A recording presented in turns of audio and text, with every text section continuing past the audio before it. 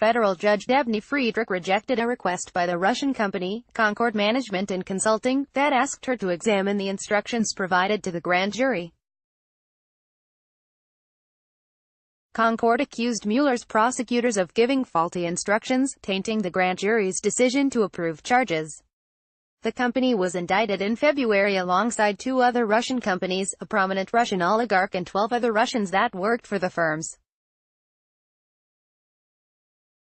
The indictment accused the companies of operating a Kremlin-backed troll farm that created and disseminated propaganda on U.S. social media to interfere with the 2016 presidential election. Concord has pleaded not guilty to conspiracy. U.S.-based lawyers for Concord, led by Eric Dubelier, argued that prosecutors needed to explicitly tell their grand jury that Concord knew the U.S. laws and knew that its actions violated those statutes. But Friedrich noted that the defense never established, for sure, that the jury received instructions at all. "I see no need to breach the secrecy of the grand jury," Friedrich said after peppering the defense with questions about their request. Breaching the secrecy of the grand jury is not an easy thing to do. Later in the hearing, Friedrich made it clear that there would be a protective order to regulate how the government provides discovery materials to Concord's lawyers.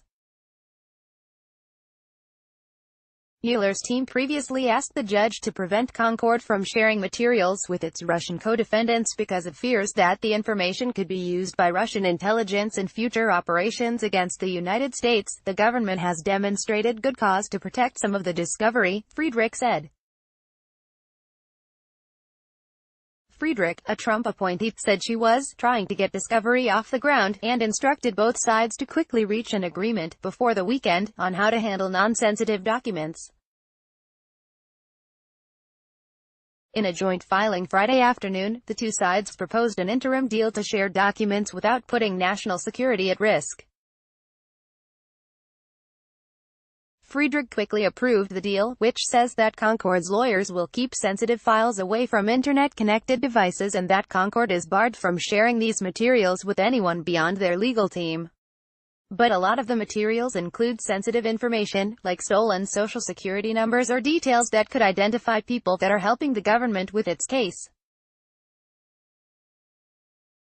For this information, Friedrich told both sides to reach an agreement within 10 days or else she would come up with a deal on her own.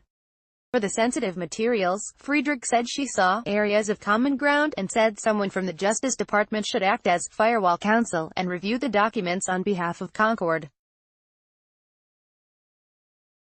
But Friedrich said the firewall counsel should not come from the special counsel's office.